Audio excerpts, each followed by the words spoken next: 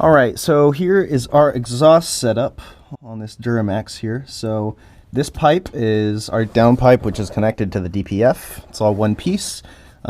We have the top of this down pipe covered with tape and then with aluminum foil to keep the tape from melting, and that's just to prevent any contaminants from getting into the DPF. Then we have this funnel wedged up against the down pipe. And so this is where all of our contaminants are going to come out. We're going to stick a bucket under this, and it might make a little bit of a mess, but the main thing is we don't want to contaminate any of the DPF. So we'll see how this works. Let's see inside that baby. How's it looking? Oh, it's looking pretty caked. Say so myself. That's a good one right now.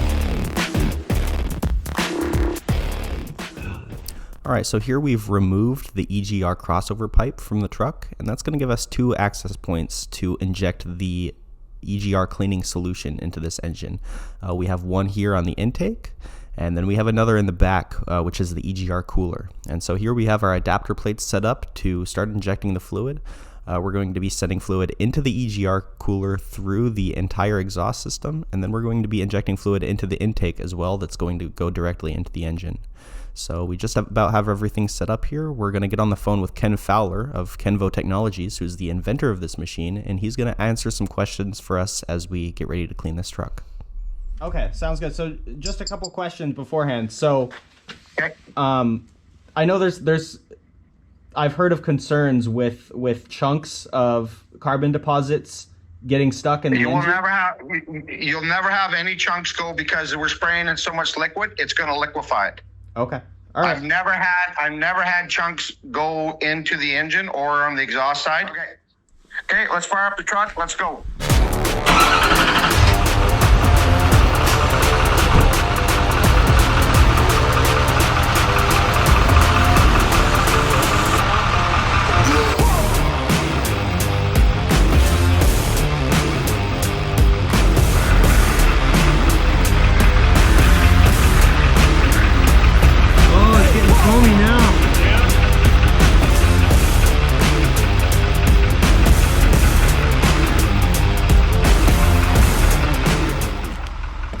So a potential concern when doing a cleaning like this is that we're removing a lot of carbon deposits, right? And so there is a potential issue where chunks of carbon deposits get stuck in the engine and cause some type of damage.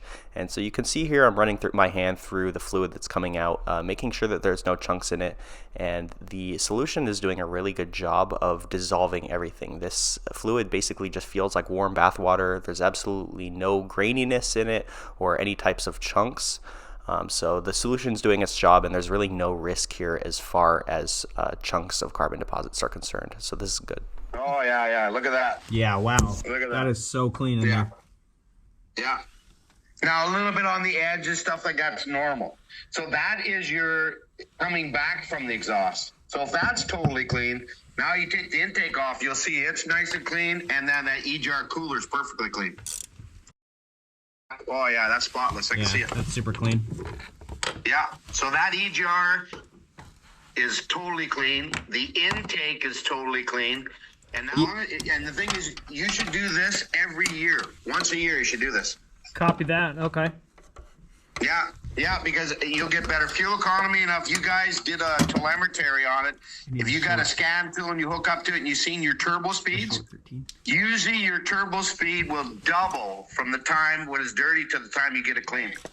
Just the performance, if that's your truck, just the performance, you'll see it right away. Okay. Copy. Something I was yeah. Oh, sorry. Something I was curious about is waste disposal. What Of what? Of the fluid that comes out. What are you doing with that? So there's two ways you can get rid of it. You can dump it in your rad fluid. Okay. Your waste radiator fluid. Some dump it in the oil. I'm not a fan of that because a lot of our oils are being recycled. But usually I dump it in my rad fluid. Okay. Because carbon is fertilizer.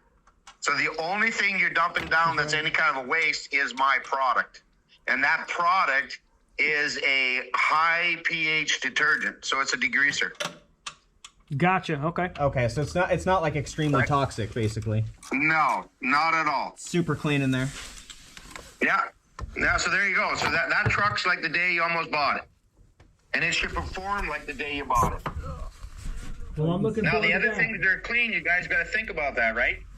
Right to the intake valve is totally clean, and the top of the piston is clean. Yeah. And right through the turbo is completely clean. Yeah. Yeah, it's a big difference. So right? So we've cleaned the complete engine.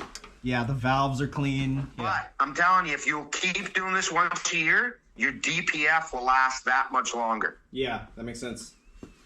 So we got school districts that are doing this, and their DPFs have gone from changing them at 8,000 hours.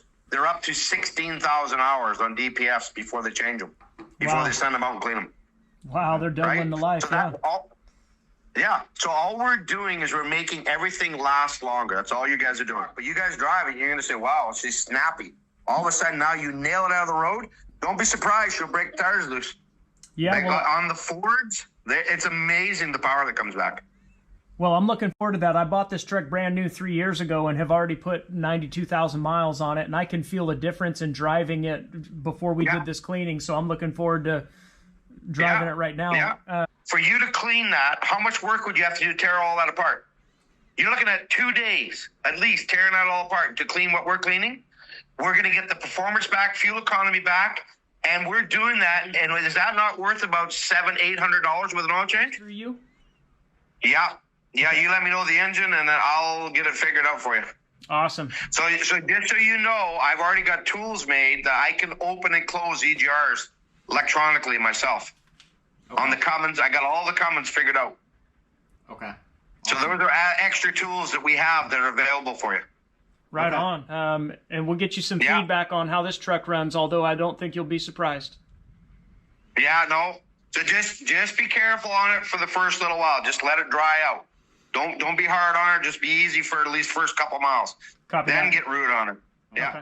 After the treatment, you got to get an oil change and then take it for a drive. And so after driving for a day, we got Chriso here driving the truck. Tell us what you felt differently about driving the truck after the treatment. Well, what led me down this whole path is when I first bought this truck in 2023 new, I loved the way that it drove. But now that I've got about 92,000 miles on it, I've felt a discernible lag in the performance. So after we did the clean out, we drove it for a few miles real softly under no load, and I could tell immediately that there's less resistance when it comes to me letting off the throttle. So after we put about 15 miles on it, I hooked up yesterday to a trailer with about 3,000 pounds on it and was able to do a real performance test, and it feels like it did when I first bought it. So I have no resistance when I let off the throttle, and my acceleration is definitely upticked. I think we'll give it a couple hundred miles. I've reset my odometer to see what it's done for my fuel economy. I was getting about 12.5 to 13 miles per gallon over the last 2,000 miles that I've driven the truck under different circumstances. So I'm really interested to see what it does fuel economy wise. But just from a raw power standpoint, it feels like it did when I first bought the truck. So I'm really happy with it.